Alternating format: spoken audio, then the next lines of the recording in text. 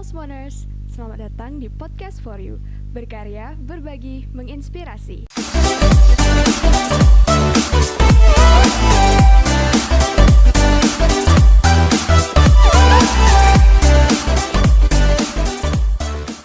Nah, seperti biasa, kali ini kita kedatangan tamu istimewa nih. Dia ini ialah siswa berprestasi SMA Negeri 1 Manggar. Kali ini kita kedatangan Abi Fadila Ramadan, Paskibraka Nasional tahun 2022 dari SMA Negeri 1 Manggar. Kasih tepuk tangan dong. Halo Abi. Halo Kak. Halo, gimana kabarnya? Alhamdulillah baik. Sekarang lagi sibuk apa nih? Sekarang kebetulan lagi sibuk sekolah aja sih. Sekolah aja ya. Sibuk mengejar ketertinggalan pelajaran. Benar-benar. Oke. Kalau ngobrol sama Abi ini sebenarnya banyak banget sih yang aku mau tanyain gitu ya. Siap. Karena pertama congratulations. Siap. Kemarin udah berhasil jadi paskibraka tingkat nasional. Wah, ini keren banget sih. Ya, terima kasih Kak. Boleh ceritain nggak? Pertama kesan Abi atau mungkin perasaan Abi pertama kali waktu tahu kepilih nih jadi paskibraka tingkat nasional. Mungkin kesan pertama yang saya rasakan itu langsung saya waktu dikabarkan terpilih menjadi perwakilan Kepulauan Bangka Belitung di tingkat nasional, itu perasaan saya bangga dan juga pastinya tidak nyangka karena awalnya emang ya nggak ada target untuk sampai ke tingkat nasional. Awalnya dulu itu targetnya sampai tingkat kabupaten aja, tapi ya rezeki itu sudah ditentukan. Nah, alhamdulillah saya berhasil menjadi perwakilan Kepulauan Bangka Belitung. Ya, alhamdulillah banget ya. Ya. Pertama nggak nyangka ya bisa. Ya, pasti. Kalau boleh tahu awal mula nih Abi tertarik untuk jadi paskibraka ya namanya. Untuk jadi paskibraka ini gimana nih?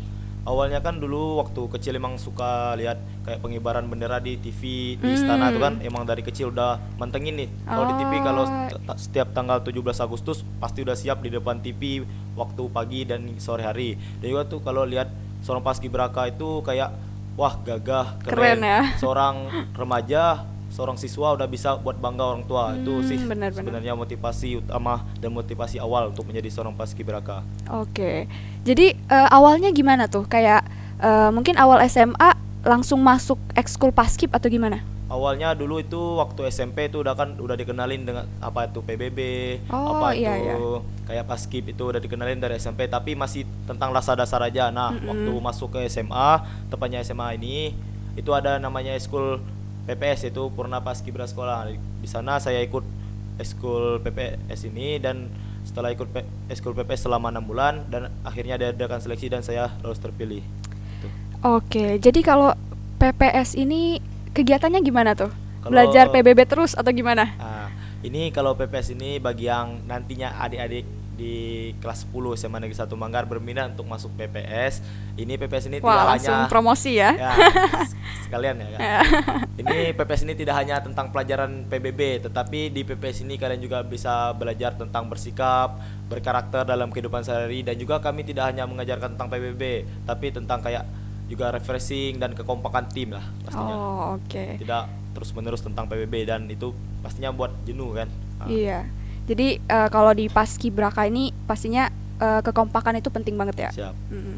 Oke, jadi untuk selanjutnya nih udah masuk PPS. Abis itu untuk seleksi selanjutnya tingkat kabupaten dulu ya? Ya, kalau itu kan kita mulai latihan di PPS itu sekitar bulan Oktober. Bulan Oktober sekitar 6 bulan sampai ke bulan Maret. Nah, di pertengahan Maret itu diadakan seleksi di tingkat kabupaten. Yang seleksinya itu seluruh sekolah yang ada di Kabupaten Belitung Timur. Itu kan. Oke. Jadi abis dari kabupaten ke provinsi ya pasti? Nah, kebetulan waktu di seleksi tingkat kabupaten saya mewakili Kabupaten Belitung Timur yaitu sebanyak 6 orang, yaitu 3 pasang, 3 putra dan 3 putri untuk lanjut di seleksi tingkat provinsi di Kota Pangkal Pinang. Nah, kalau seleksinya itu kalau dari kabupaten, provinsi itu ngapain? Apa dites PBB-nya aja atau gimana? Jadi waktu seleksi dimulai dari tingkat kabupaten itu kita seleksi itu berupa kayak kesehatan, fisik dan juga psiko dan pastinya PBB di hari terakhir. Dan pastinya kalau seleksi ke tingkat provinsi itu tingkatannya nambah. Jadi kalau misalnya di tingkat kabupaten ini kesehatannya cuma kayak mata, gigi sama kaki X sama kaki O, tapi kalau di tingkat provinsi itu jenjangnya lebih tinggi lagi, kayak misalnya kesehatan dalam kayak jantung, kayak paru-paru gitu.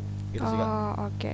Nah, ini kita ke part yang mungkin orang paling banyak nunggu, untuk seleksi ke nasionalnya nih. Itu boleh ceritain nggak kayak gimana? Untuk seleksi ke nasional itu kebetulan di Provinsi Kepulauan Bangka Belitung itu disamakan dengan seleksi tingkat provinsi. Nanti nilainya baru digabungin.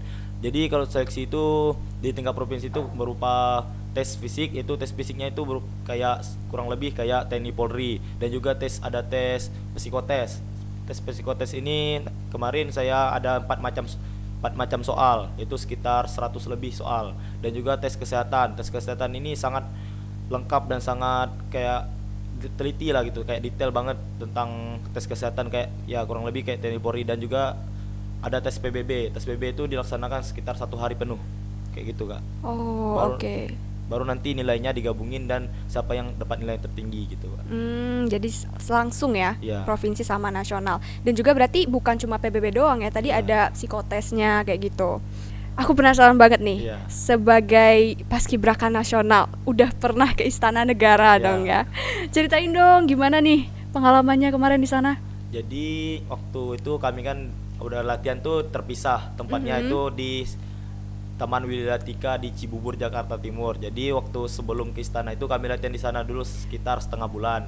Jadi sebelum ke istana itu nanti di istana itu baru ada yang namanya gladi kader, gladi kotor 1, gladi kotor 2, gladi bersih, dan sama pelaksanaan. Jadi semenjak gladi kader itu baru kami pindah ke istana, yaitu pengecekan tempat, pengecekan lapangan lah istilahnya. Jadi waktu gladi kader itu kami pindah ke istana, dan waktu masuk istana itu ya kayak wow lah gitu kan. Kayak biasanya cuma bisa lihat di TV, tapi sekarang bisa masuk ke istana. Jadi masuk istana itu kayak kurang lebih kayak masuk bandara gitu Kak.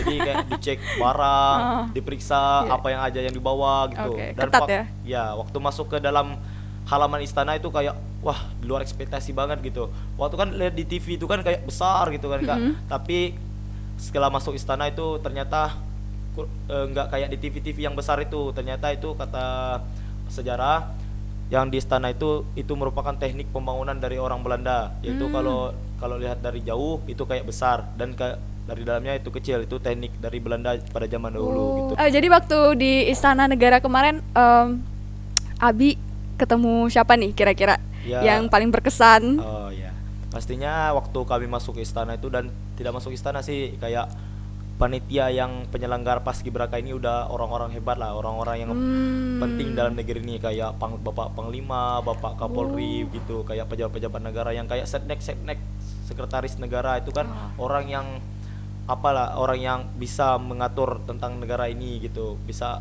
bertemu dengan orang hebat yang kayak orang yang itu yang menurut saya berkesan itu kayak ketemu dengan Bapak Panglima dan Bapak Kapolri sih gitu. Dan first impression ketemu dengan presiden itu kayak wow gitu. Oh my god. Waktu itu yang first impression ketemu Bapak Presiden itu waktu lagi latihan, tiba-tiba Bapak Presiden ninjau waktu gladi bersih. Itu sih. Gimana tuh? Kayak waktu itu kan lagi posisi tegap, terus Bapak Presiden datang dengan pakai baju kemeja putih kayak orang biasa. Jadi kayak oh, ini ya presiden gitu. Gak nyangka bisa ketemu presiden. Wah, keren banget udah bisa ketemu presiden. Oke. Aku jadi kepikiran ini nih. Teman-teman aku ya yang ikut, bukan teman-teman aku sih, maksudnya kayak kalau aku lihat teman-teman aku yang ikut paskib nih, mereka tuh latihannya, kalau aku sebagai orang umum nih yang liatnya, itu latihannya tuh kayak oh my god tuh berat banget gitu kan. Ada yang istilahnya ada kakak seniornya segala macam. Itu sekarang Abi udah senior nih ya. Siap. Udah senior nih ya. Pastinya kalau dari Abi sendiri nih, dulu pertama ikut paskib segala macam, itu pandangannya gimana sih sama kayak latihan di paskib itu yang kayak wow, berat banget kayaknya. Ya pastinya kan kita kan kalau dengan paskibraka ini kurang lebih semi militer ya. Kita sebelum masuk ke paskibraka ini udah harus tahu apa aja yang di dalam paskibraka, apa itu yang bisa dipelajari dalam paskibraka, itu sebenarnya harus sudah tahu. Jadi kalau saya udah masuk ke dalam lingkungan paskibraka ini, saya harus sudah siap dengan apa yang ada di dalamnya gitu Kak. Jadi Abi tahun ini bakal jadi senior yang galak juga nih. Kalau aku sih kayak senior yang biasa aja Kak, karena waktu di kelas aku juga kayak diterapkan itu metode kakak adik, bukan karena kayak senior sama junior. Itu lebih berkesan dan pastinya lebih bisa menimbulkan rasa sama lah sama kakak sama adik gitu. Biar bisa lebih akrab juga ya benar, gitu. Benar. Oke, Abi. Jadi waktu di nasional itu kan upacara biasanya ada pagi sore nih ya. Iya. Kalau Abi kemarin, kalau boleh tahu dapatnya? Kebetulan saya dapat penurunan bendera merah putih yaitu pada sore hari ya. Kalau untuk itu sendiri pembagiannya kayak gimana tuh? Jadi untuk pembagian itu kan kita latihan selama 1 bulan di Pusdiklat. Jadi waktu Pusdiklat itu semuanya dicoba, pengibaran dan penurunan itu semua merasa. Jadi pasukan 8, jadi pasukan 17 itu semua merasa. Jadi waktu kami pengumuman pagi dan sore itu kebagiannya pada pukul 7 pagi di hari H pelaksanaan. Jadi gak kebayang itu deg-degannya kayak mana gak. Itu jadi kan kami kan pasti ambis untuk dapat pengibaran. Jadi waktu pengumuman penurunan itu kayak semuanya yang dapat penurunan itu kayak nangis gitu kak. Jadi kan pastinya beda feel yang dapat pengibaran dan penurunan. Tapi setelah itu kami bisa menerima dengan ikhlas, bisa menjalankan dengan baik. Itu alhamdulillah kami bisa menerima karena tidak ada beda yang pengibaran maupun penurunan gitu kan. Iya, tetap sama-sama keren lah ya. Ya pasti. Oke Abi. Ya. Nih ya, sebelum tadi kan Abi udah bilang nih kayak pastinya sebelum bertugas itu ada diklat segala macam pelatihannya ya. Boleh ceritain nggak sih dari hari pertama nih sampai hari terakhir diklatnya itu kayak gimana? Jadi kami waktu selesai seleksi itu kan ada jangka waktu sekitar 2 bulan dari selesai seleksi sampai ke Pusdiklat. Jadi itu aku mulai latihan-latihan mandiri di rumah, latihan-latihan fisik, latihan-latihan PBB di rumah gitu.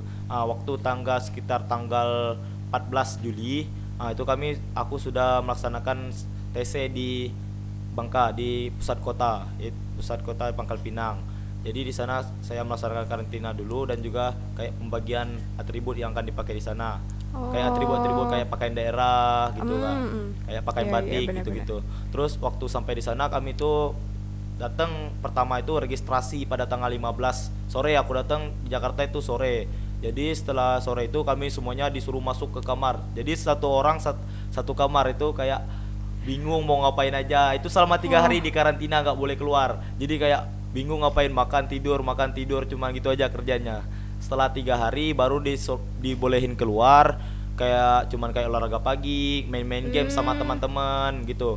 Itu sekitar tanggal 19 kami boleh keluar. Terus ada namanya diklat pembinaan ideologi Pancasila selama kurang lebih 6 hari atau 5 hari gitu kak.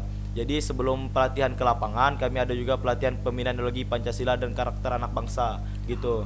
Jadi itu kegiatannya itu dari pagi sehingga siang hari itu di kelas aja kayak pembelajaran tentang ideologi Pancasila, apa itu Pancasila, tentang gitu-gitu aja. Jadi kayak lumayan bosan sih kak. Jadi sebelum sebelum ke lapangan kami di kelas dulu tanggal 25 baru ke lapangan, masuk ke lapangan kayak PBB, penyamaan PBB. Dan pastinya PBB itu tidak sama setiap provinsinya.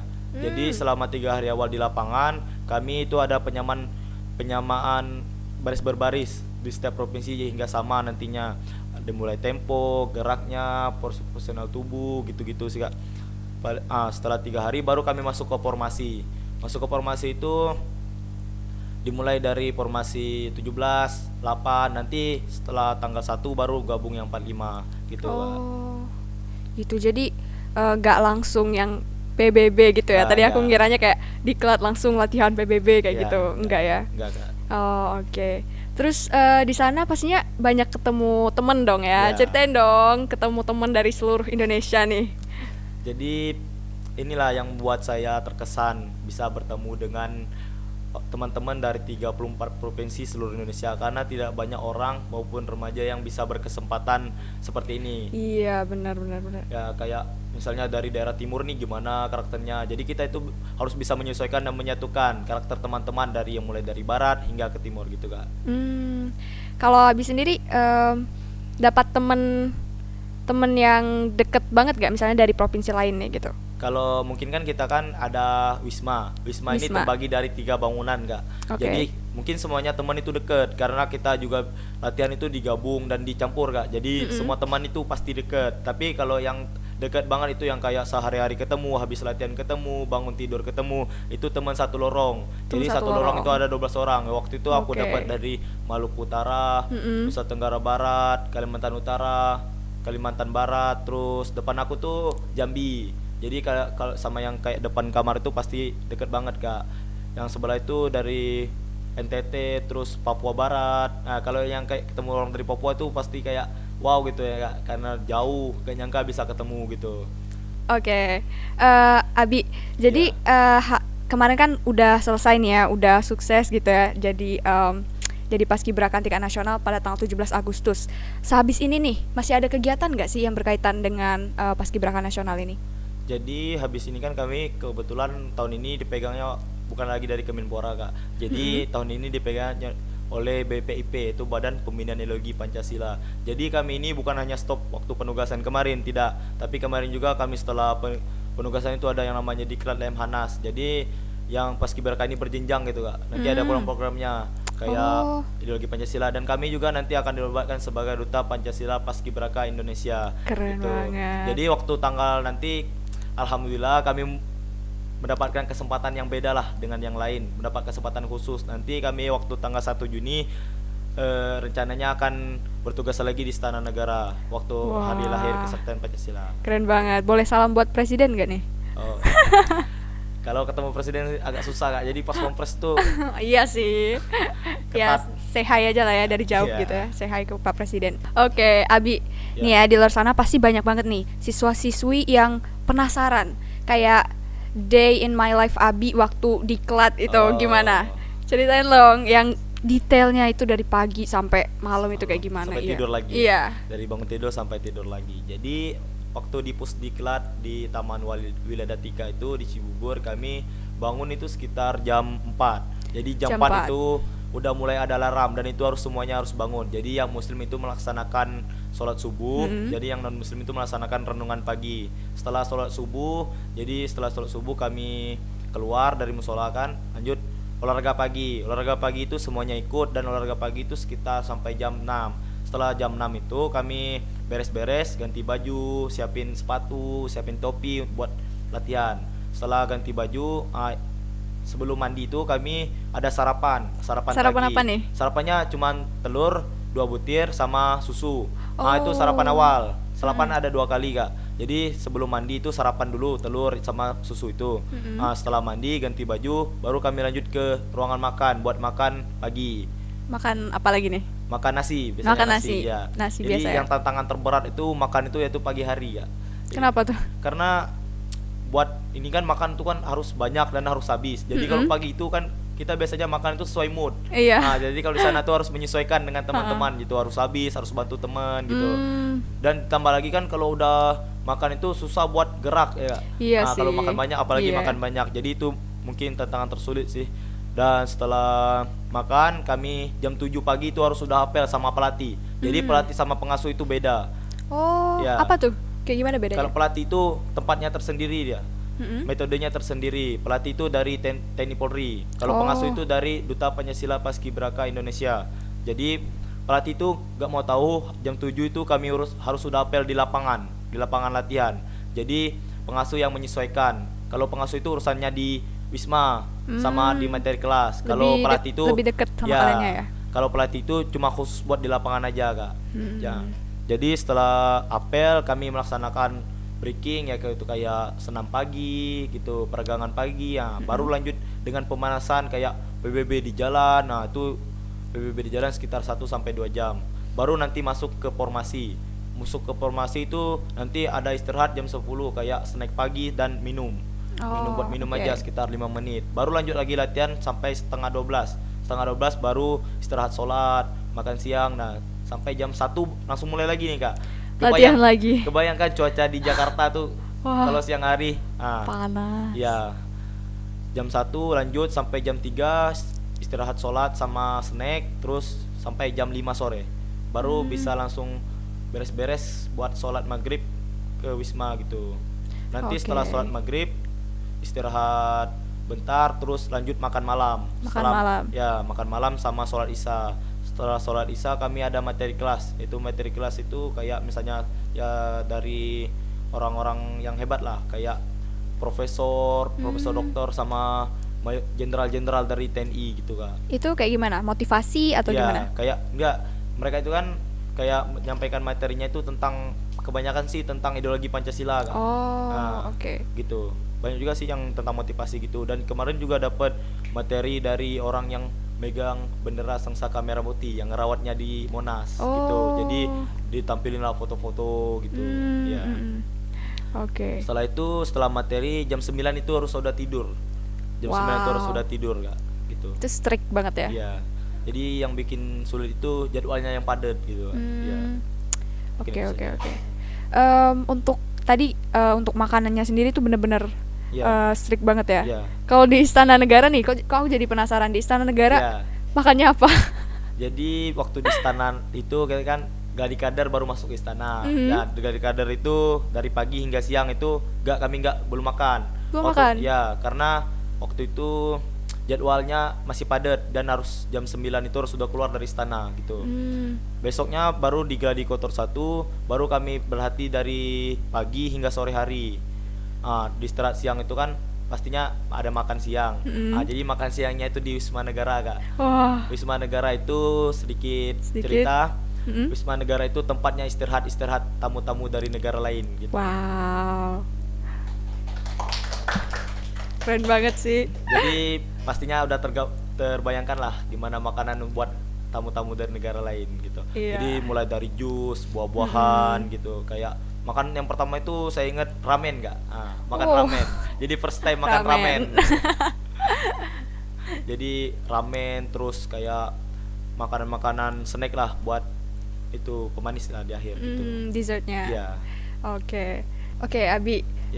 Sebagai orang yang udah pernah ke Istana Negara nih, describe dong gimana sih kayak Istana Negara tuh mewahnya kayak gimana? Tadi kan udah dibilang wow nih, wownya tuh kayak gimana? Kayak aku kan belum pernah nih ke Istana Negara.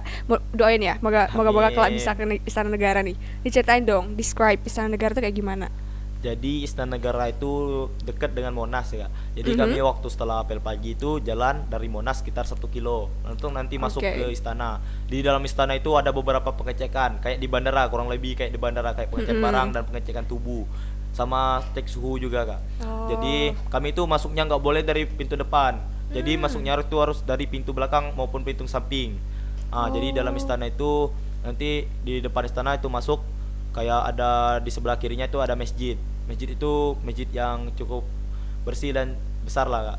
Terus itu di pas masuk itu langsung ketemu dengan Istana Merdeka. Jadi istana itu Merdeka. Lingkup istana itu ada 2, Istana Merdeka dan Istana Negara. Jadi yang depan itu Istana Merdeka bukan Istana Negara, yang belakang baru Istana Negara gitu.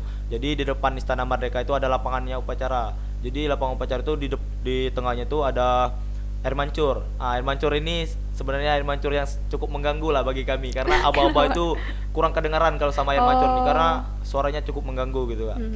Jadi sana itu dikelilingi sama pohon-pohon yang besar, pohon-pohon yang rimbun. Jadi di sana itu tantangan tersulit mungkin kayak cuaca sama suhu ya Kak. Kalau di istana itu rasanya kayak pengap banget gitu Kak. Gak ada cuaca yang masuk gitu. Jadi kayak panas. Terus di sana Merdeka, terus di belakangnya itu kayak ada Wisma Negara tadi yang aku sampaikan. Di belakang Istana Merdeka itu kayak ada taman Kak. Taman. Jadi taman itu berisi kayak rumput-rumput hijau, terus kayak ada saung-saung buat santai-santai gitu. Setelah saung-saung itu, setelah taman itu baru di belakangnya ada kayak Istana Negara. Waktu setelah selesai penurunan itu kami diundang ke Istana Negara buat buat kayak inilah makan bersama bareng sekretaris negara di situ. Wow. Jadi ceritain. Yang kayak Istana Negara ini sih yang menurut aku paling keren di sana Kak. Jadi ini tuh Istana Negara itu tempat pelantikan para menteri, para gubernur, para pejabat negara. Jadi saya bisa langsung berkesempatan masuk ke dalam tempat itu. Jadi di tempat itu kayak besar gitu Kak, kayak mewah. Terus WC-nya aja itu Kak kayak besar gitu, beda. Biasanya di WC itu kan kayak pengen cepet-cepet keluar gitu. Itu bikin betah ya biasanya. Oke. Terus baru di sampingnya itu kayak ada rumah-rumah buat tamu-tamu negara nginep di istana gitu. Kurang lebih kayak gitu Kak. Oke, keren banget ya. Oke, Abi. Iya, Kak. Tadi kita udah kayak ngobrol-ngobrol, kamu udah cerita ya kan, kayak kegiatan di nasional kayak gimana. Aku jadi penasaran, hal yang paling kamu kangenin nih dari berbagai macam kegiatan yang pastinya seru tadi itu, yang paling berkesan yang mana nih? Menurut aku sih yang paling berkesan itu ya tadi bertemu dengan teman-teman itu Kak. Karena kami kayak merasa bangga lah. Karena berbagai watak, berbagai sikap dari 34 provinsi. Jadi kami kayak udah jadi teman dekat di sana gitu Kak. Sehari-hari ketemu, makan bareng, kayak ngobrol bareng gitu Kak. Itu sih yang paling buat saya kangen, itu teman-teman. Teman-temannya gitu, ya. Kalau dari tadi itu hal yang paling dikangenin, hal yang paling nggak mau diulangnya nih, ada gak sih? Mungkin yang nggak mau diulang itu kayak kita kan pasti kan kalau udah capek, udah kayak udah stres lah gitu sama latihan, kita kan pasti melakukan khilaf ya Kak. Khilaf Itu khilaf gimana nih? bisa buat pengasuh marah Kak. Jadi saya nanti kalau bisa lagi kayak mempunyai kesempatan gitu, saya nggak semaunya lah, nggak mau ngulangin itu kayak buat pengasuh marah. Karena yang buat pengasuh marah itu kayak misalnya kami ngobrol waktu di musola, ngobrol waktu orang lagi nyampein materi, ngantuk tidur waktu orang lagi nyampein materi. Itu sih Kak, kayak ngerasa bersalah banget sama pengasuh, karena mereka itu udah meluangin waktu, ninggalin keluarga buat ngasuh kami. Jadi kayak kami tuh kayak merasa bersalah sama mereka gitu Kak. Oke. Oh ya, tadi kesibukan Abi sekarang tadi jadi senior ya? Iya. Jadi senior di PPS. Kalau boleh tahu jadi apa nih di PPS? Kebetulan pada tahun ini pada PPS Angkatan 10 alhamdulillah saya terpilih dan terpercaya menjadi Ketua PPS SMA Negeri 1 Manggar. Kasih tepuk tangan dong. Oh my god, jadi aku selama ini ngobrol sama Ketua PPS-nya langsung ya. Kalau gitu boleh lanjutin dong, tadi di awal udah promosiin dikit, sekarang promosi lagi dong sama adik-adiknya, harapannya mungkin, terus kasih tipsnya juga dong, gimana sih caranya biar bisa jadi paskibraka nasional kayak gini. Mungkin buat adik-adik kelas 10 SMA Negeri 1 Manggar, pada kebetulan Kak kita udah mulai latihan sejak Sabtu kemarin, dan juga udah termasuk banyak lah yang ikut di PPS ini. Jadi harapan Kakak buat adik-adik lebih semangat lagi latihannya, kalau bisa lebih rame lagi, lebih semangat lagi buat latihan, buat datang ke ekskul PPS ini gitu Kak, kurang lebih. Karena cukup lumayan banyak yang udah masuk ke PPS ini, alhamdulillah Kak. Ya. Oke, keren banget. Terima kasih ya Abi udah mau sharing nih pengalamannya sama kita di sini. Oke, terima kasih ya Abi sekali lagi udah mau sharing pengalamannya sama kita. Oh ya teman-teman, sebentar lagi kita bukan sebentar lagi sih, maksudnya dalam waktu dekat nih ya, kita bakal ada talk show for you juga bareng Abi dan teman-temannya nih dari paskibraka yang lain, yang dari tingkat kabupaten dan provinsi ya mungkin. Iya. Kita bakal ngobrol-ngobrol lebih jauh lagi nih sama Abi dan teman-teman nantinya. Oke teman-teman, jadi tadi sekian kita udah ngobrol banyak bareng Abi. Baik, jadi sekian tadi podcast kita kali ini. Wassalamualaikum warahmatullahi wabarakatuh. Salam Pancasila. Salam Pancasila. Podcast for you, berkarya, berbagi, menginspirasi.